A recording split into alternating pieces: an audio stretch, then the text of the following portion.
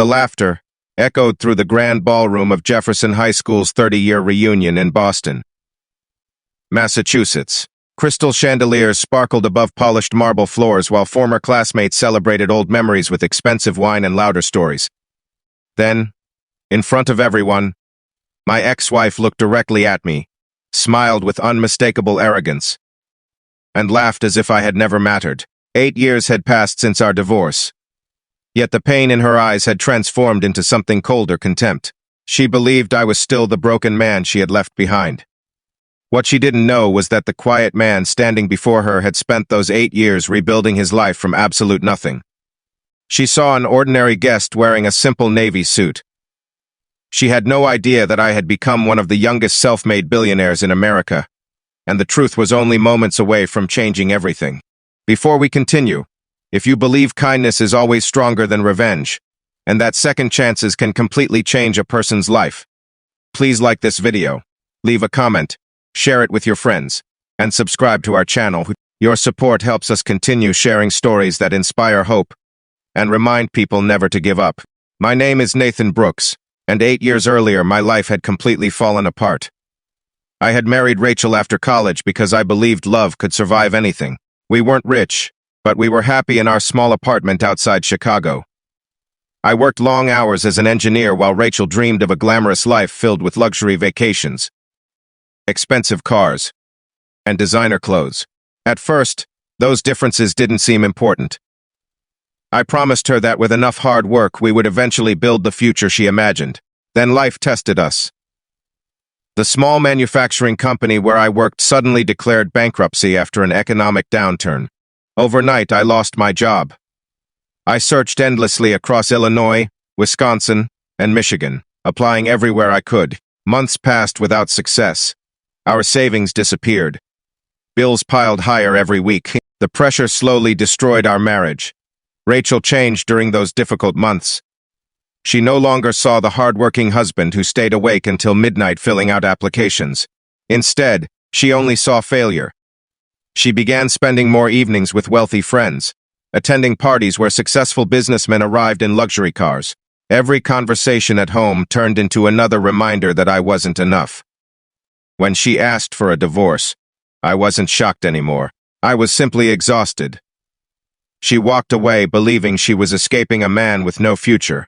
The divorce left me emotionally shattered.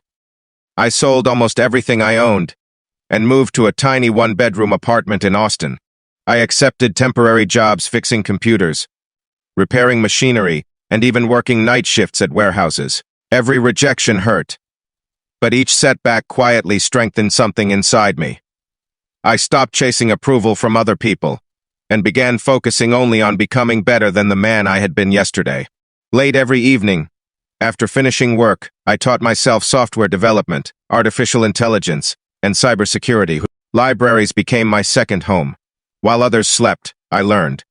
While others complained, I built ideas. 2 years later, I created a software platform that helped hospitals protect patient data from cyber attacks. Investors initially rejected me dozens of times. Some laughed openly during presentations. Others told me the market was too competitive. Instead of quitting, I improved the product after every rejection. Then one investor named Michael Turner saw something everyone else had missed. His investment changed everything. Within 4 years, hospitals across America adopted the technology. Healthcare companies signed contracts worth hundreds of millions of dollars. International partnerships followed. The company expanded into Europe and Asia. Eventually, one of the world's largest technology corporations acquired a majority stake while allowing me to remain chief executive officer. Almost overnight, financial magazines called me a billionaire entrepreneur. But money never erased the loneliness of those difficult years. Success taught me that wealth can buy comfort, but it cannot heal old wounds by itself. When the invitation to my high school reunion arrived, I almost threw it away. Old memories often carry old pain. Yet something inside me whispered that maybe I had finally reached a place where my past no longer controlled me. So I attended quietly. I deliberately arrived alone, in an ordinary rental car instead of using one of my luxury vehicles. I wore a tailored but simple suit without security guards, photographers, or assistants. I wanted people to remember Nathan, not my bank account. For the first hour, everything felt surprisingly peaceful. Former classmates smiled warmly, sharing stories about children, careers, and family life. Some remembered how hard I had worked during school. Others admitted they had always believed I would eventually succeed. Then Rachel entered the ballroom. She looked elegant in a bright red evening dress, walking beside her wealthy husband, Christopher Sullivan, a local real estate developer known for his expensive lifestyle. Their entrance attracted attention immediately. When she noticed me standing near the refreshments, surprise quickly turned into amusement. She looked at my modest appearance and assumed nothing had changed. Her laughter carried across the room as she made comments loud enough for nearby classmates to hear. She wondered whether I was still fixing broken machines for minimum wage. She joked that I probably couldn't even afford the reunion ticket without saving for months. Several uncomfortable guests looked away while others silently watched. I didn't answer. Years earlier, her words would have crushed me. Now they simply reminded me how far I had traveled. Christopher joined the teasing, proudly describing his newest mansion, luxury sports cars, and private country club membership. He spoke with the confidence of someone convinced that expensive possessions measured personal worth. I simply smiled politely. Sometimes silence speaks louder than any argument. A few moments later, the reunion organizer walked onto the stage to begin the evening's recognition ceremony. Every year, the school honored graduates who had made extraordinary contributions to society. The organizer thanked local doctors, teachers, military veterans, firefighters, and volunteers. Then he announced a surprise guest. He explained that one graduate had quietly donated over $200 million to fund scholarships, renovate public schools across Massachusetts, build children's hospitals, and support veterans struggling with homelessness. The ballroom became completely silent. A large screen behind the stage displayed photographs of hospitals, classrooms, scholarship recipients, and community centers. Finally, my photograph appeared.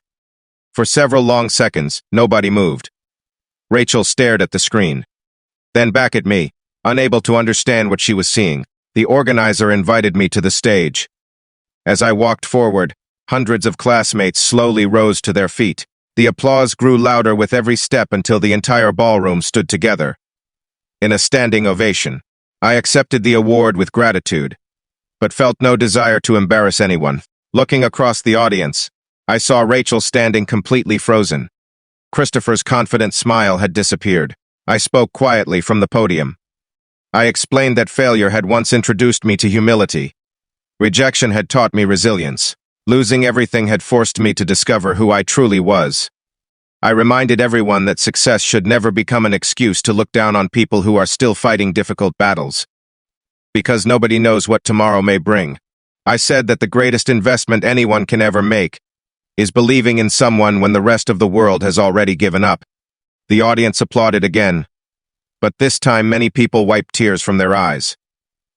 After the ceremony ended, Rachel slowly approached me alone. The confidence she had carried all evening was gone. She admitted that she had judged me based on temporary circumstances instead of character. She confessed that her marriage had become unhappy, despite all the luxury surrounding her. Expensive homes had never filled the emptiness inside her heart. I listened without anger. Forgiveness had taken years. Holding on to bitterness would only have chained me to the past forever. I wished her genuine peace and hoped she would someday discover that happiness cannot be purchased. Then I quietly walked outside. The cool evening breeze reminded me of countless nights years earlier, when I had questioned whether life would ever improve. Back then I believed I had lost everything. In reality, I had only lost the people who never truly believed in me. As I stood beneath the stars, I received a message from one of the scholarship students whose education my foundation had funded. She had just graduated from medical school and thanked me for giving her family hope when they had none. That single message meant more to me than every business award I had ever received. True wealth wasn't measured by billions of dollars. It was measured by lives transformed. If this story touched your heart and reminded you that your current struggles do not define your future, please take a moment to like this video, share it with someone who needs encouragement today, and subscribe for more inspiring stories of hope, forgiveness, and second chances. Before this story ends, tell us in the comments, if you were in Nathan's place, would you choose revenge or forgiveness? We'd love to read your thoughts. As I drove away from Jefferson High School that night, I realized the reunion had never been about proving anyone wrong. It had been about proving to myself that pain can become purpose, rejection can become strength, and kindness will always outshine pride. 8 years earlier, I had walked away from my marriage believing my story was over. Instead, it was only the first chapter. The greatest victories are not the ones that make the world applaud. They are the ones that allow your heart to remain humble after every success. And sometimes, the person everyone once underestimated quietly becomes the one who changes thousands of lives. Not because they became rich, but because they never forgot what it felt like to have nothing except hope.